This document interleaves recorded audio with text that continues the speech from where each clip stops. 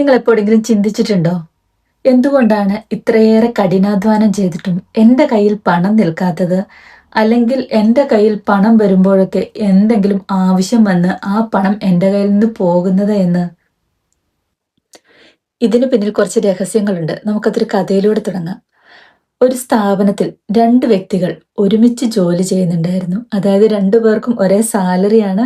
അതുപോലെ തന്നെ 2 പേരും ചെയ്യുന്നത് ഒരേ ജോലിയുമാണ്. പക്ഷേ സാലറി വന്നു കഴിയുമ്പോൾ ഒരാൾക്ക് ഒന്നിനും തികയാതെ വരുന്നു. രണ്ടാമത്തെ ആൾക്ക് എന്ന് പറഞ്ഞാൽ അയാളുടെ കാര്യങ്ങളെല്ലാം നല്ല രീതിയിൽ നടത്താനുള്ള പണം അയാളുടെ കയ്യിലുണ്ടാവുന്നു. എന്തുകൊണ്ടാണിത്? അതിലൊന്നാമത്തെ ആള് അദ്ദേഹത്തിന് സാലറി വരുന്നതിന് മുമ്പ് തന്നെ അദ്ദേഹം പറയും, "എനിക്ക് ഈ സാലറി കൊണ്ട് ഒന്നും നടക്കത്തില്ല. എൻ്റെ കാര്യങ്ങളൊന്നും നടക്കത്തില്ല. എൻ്റെ കടങ്ങൾ വീട്ടാൻ സാധിക്കുകയില്ല.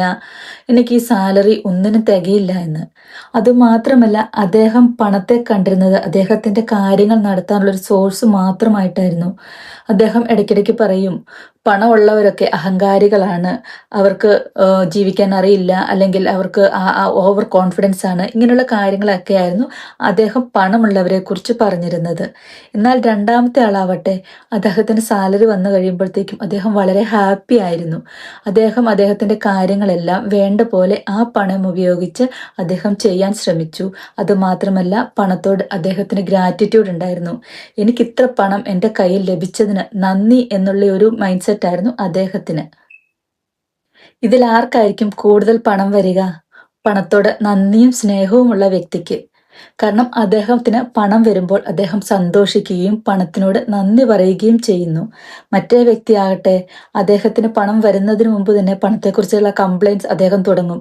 അതുമാത്രമല്ല പണക്കാരെല്ലാം മോശക്കാരാണെന്നൊരു മിഥ്യാധാരണയും അദ്ദേഹത്തിനുണ്ട്. ഇതിൽ ആദ്യത്തെയാള് സുഹൃത്തിന് കൂടുതൽ അവസരങ്ങൾ വരികയും കൂടുതൽ പണം വരികയും ചെയ്യുന്നത് കണ്ടിട്ട് ദേഷ്യപ്പെടുകയും പരിതപിക്കുകയും ഒക്കെ ചെയ്ത് അദ്ദേഹത്തിന്റെ ജീവിതം താഴേക്ക് പോയി.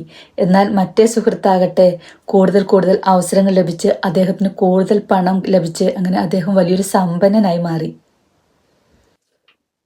എന്തുകൊണ്ടാണ് ഒരേ സാഹചര്യത്തിൽ ജീവിച്ച 2 വ്യക്തികളിൽ ഒരാൾക്ക് മാത്രം കൂടുതൽ പണവും അവസരങ്ങളും ലഭിക്കുകയും മറ്റേയാൾക്ക് ഇവ ഒന്നും ലഭിക്കാതിരിക്കുകയും ചെയ്തത്? അതിൽ ആദ്യത്തെ വ്യക്തി പണത്തെ പേടിയോടെയും വെറുപ്പോടെയും കൂടിയാണ് കണ്ടത്. എന്നാൽ രണ്ടാമത്തെ വ്യക്തിയാകട്ടെ പണത്തെ സ്നേഹത്തോടെയും നന്ദിയോടെയുമാണ് കണ്ടത്. പ്രപഞ്ചത്തിന്റെ ലോ ഓഫ് അട്രാക്ഷൻ അനുസരിച്ച് നന്ദിയുള്ളവന് സ്നേഹമുള്ളവന് കൂടുതൽ ലഭിക്കും. ഇനി തടസ്സങ്ങളിൽ ഒന്നാമത്തെ തടസ്സം പറയാം. ഒന്നാമത്തേത് ദാരിദ്ര്യ ചിന്താഗതിയാണ്. നമ്മൾ ചെറുപ്പം മുതലേ കേട്ട ഒരു കാര്യമുണ്ട്. നമ്മൾ എന്തെങ്കിലുമൊക്കെ വാങ്ങാൻ പോകുമ്പോൾ നമ്മുടെ വീട്ടിലുള്ളവർ പറയും, "അതിന് പൈസ കൂടുതലാണ്. അതൊന്നും വാങ്ങാനുള്ള സാഹചര്യം നമുക്കില്ല" എന്ന്. നമ്മളിത് കേട്ട് നമ്മുടെ ലൈഫിലും നമ്മൾ ഇത് തന്നെയാണ് ഇംപ്ലിമെന്റ് ചെയ്യാൻ ശ്രമിക്കുന്നത്. നമ്മുടെ മക്കളോ അല്ലെങ്കിൽ നമ്മുടെ അടുത്ത് ആരെങ്കിലും ഒക്കെ എന്തെങ്കിലും വാങ്ങാനൊക്കെ പറയുമ്പോൾ നമ്മൾ പറയുന്ന, "അത് വാങ്ങാൻ പറ്റത്തില്ല. അതിന് ഭയങ്കര പൈസയാണ്." അല്ലെങ്കിൽ നമ്മൾ പറയും, "അത് വാങ്ങാനുള്ള പൈസ എൻ്റെ കയ്യിലില്ല." അല്ലെങ്കിൽ "അവിടെ പോകാനുള്ള പൈസ എൻ്റെ കയ്യിലില്ല. എനിക്ക് പണമില്ല."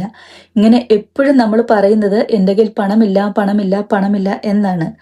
നമ്മൾ ലോ ഓഫ് അട്രാക്ഷൻ നിയമം അനുസരിച്ച് നമ്മൾ എന്താണോ പറയുന്നത് അല്ലെ നമ്മൾ എന്താണോ ചിന്തിക്കുന്നത് അത് തന്നെ നമ്മിലേക്ക് അട്രാക്റ്റ് ചെയ്യപ്പെടുന്നതാണ്. നമ്മൾ ഇല്ല എന്ന് പറയുമ്പോൾ ആ ഇല്ലായ്മയാണ് നമ്മളിലേക്ക് അട്രാക്റ്റ് ചെയ്യപ്പെടുന്നത്. രണ്ടാമത്തെ തടസ്സം എന്ന് പറഞ്ഞാൽ നമുക്ക് പണത്തെക്കുറിച്ചുള്ള തെറ്റായ ചിന്തയാണ്. ചില ലിമിറ്റഡ് ബിലീഫ്സ് ആണ്. നമ്മൾ ഈ ചെറുപ്പകാലത്തൊക്കെ നമ്മളോടൊക്കെ എല്ലാവരും പറയാറുണ്ടായിരുന്നു, "ഓ അവരോടൊന്നും പോയി മിണ്ടണ്ട. അവരൊക്കെ വലിയ പണക്കാരാണ്." കാരണം പണക്കാരെന്ന് പറഞ്ഞു കഴിഞ്ഞാൽ അഹങ്കാരികളാണ് എന്നൊരു മിഥ്യാധാരണ നമുക്കുള്ളിൽ വന്നു ചേർന്നിട്ടുണ്ട്.